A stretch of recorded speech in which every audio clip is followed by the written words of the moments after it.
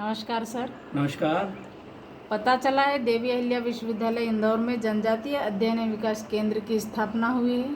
जी, देवी अहिल्या विश्वविद्यालय इंदौर में इसी वर्ष 2024 में 16 फरवरी को इस जनजातीय अध्ययन एवं विकास केंद्र की स्थापना हुई है।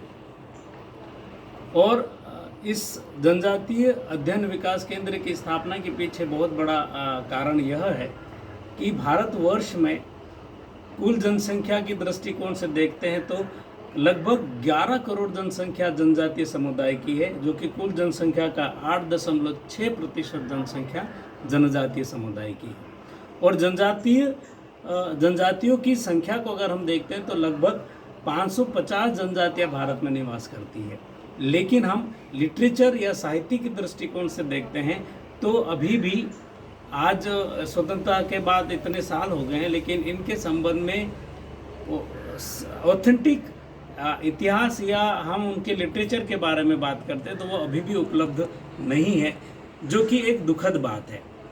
अगर यूं भी देखा जाए तो जनजातीय समुदाय हमारे देश की महत्वपूर्ण धरोहर है, जिनके बारे में हमारे देश के बहुत से लोग जानते ही नहीं है। उनके बारे में भ्रमित जानकारियाँ है, भ्रमित इन्फॉर्मेशन है, वही फैली हुई है। जैसा कि हम देखते हैं झाबुआ में भगोरिया एक होली हाट होता है, जिसे काफ़ी समय तक मीडिया ने ये चलाया कि ये शादी करने के या शादी भागकर करने का पर्व है। इस तरह की जो भ्रांतियाँ है वो चलती रही, तो इसे जानने की बहुत आवश्यकता है। अगर हम राज्यवार भी जनसंख्या देखते हैं तो मध्य प्रदेश में कुल जनसंख्या का लगभग 15% जनसंख्या जनजाति समुदाय की है। महाराष्ट्र में 10.10% जनसंख्या जनजाति समुदाय की है।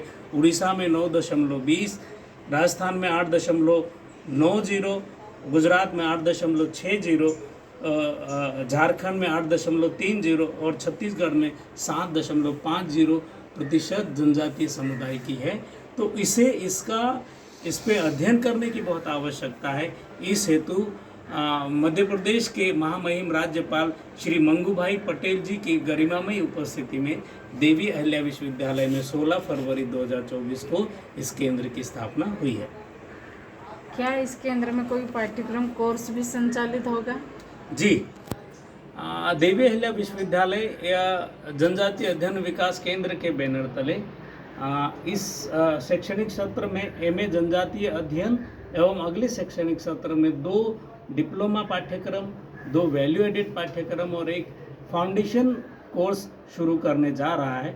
लेकिन इस शैक्षणिक सत्र में एमए जनजातीय अध्ययन में प्रवेश प्रक्रिया अभी शुरू हुई है, जिसकी अंतिम तिथि 15 जून है।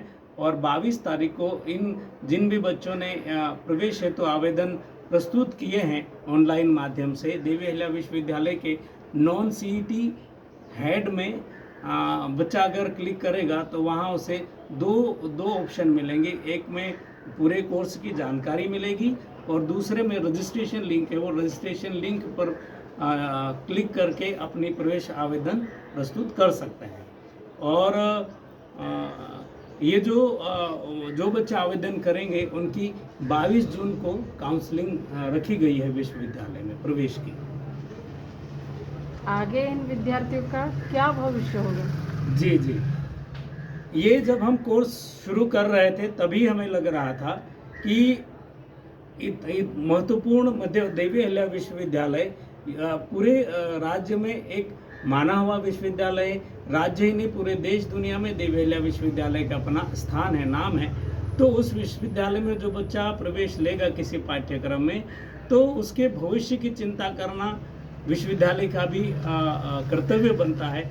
तो इस संबंध में हमने देश की शैक्षणिक संस्थाओं को रेगुलेट करने वाली बॉडी विश्वविद्यालय अनुदान आयोग के सचिव से चर्चा की है कि वे जैसे सामान्य और तरह के विषय हैं उनको रिसर्च हेतु या शैक्षणिक कार्य हेतु नेट सेट परीक्षा देनी होती है।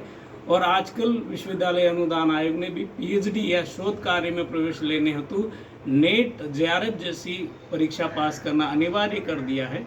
तो हमने उनसे निवेदन किया है कि विश्वविद्यालय अनुदान आयोग भी इस कोर्स को अपनी लिस्ट में समाहित करे। साथ ही साथ संघ लोक सेवा आयोग एवं विभिन्न राज्यों की लोक सेवा आयोग में भी इस कोर्स को जोड़े, ताकि बच्चे अपने भविष्य, अपने कैरियर को लेकर इन विभिन्न परीक्षाओं के हेतु पात्र और उनको योग्यता मिले। तो आवश्यक बात है कि हमने जनजातीय अध्ययन विकास केंद्र की स्थापना की है ना, तो वहाँ जनजातीय कल्चर को, जनजातीय संस्कृति को, जनजातीय संपदा के बारे में संपूर्ण जानकारी लेकर हम उसको लिटरेचर में, साहित्य में कन्वर्ट करें, ये हमारा उद्देश्य भी है। तो शोध हमारे इस केंद्र की पहला उद्देश्य है। तो सामान्यतः इन कोर्सेज के माध्यम से बच्चा शोध करेगा, पीएचडी करेगा, तो लिटरेचर भी पब्लिश होगा और उन्हें शोध के क्षेत्र में, सरकार की नीति निर्धारण के क्षेत्र में, सरकार के विभिन्न विकास कार्यों के हेतु पॉलिसी बनाने में भी इन बच्चों की भागीदारी हो सकती है। साथ ही विभिन्न राज्यों में, विभिन्न राज्यों की नीति आयोग में, विभिन्न मंत्रालयों में ये जो विद्यार्थी होंगे वो अपना कैरियर कर सकते हैं। साथ ही हमने जैसा कि कहा है कि संघ लोक सेवा आयोग या विभिन्न राज्यों की लोक सेवा आयोग में भी से जोड़े, तो वो शैक्षणिक क्षेत्र में अपना कैरियर बना पाएंगे, शोध क्षेत्र में अपना कैरियर बना पाएंगे। तो इस तरह से सामान्य अन्य विषयों की तरह इन विषयों के भी विद्यार्थियों को अपना कैरियर बनाने में अवसर मिलेंगे। धन्यवाद सर। धन्यवाद।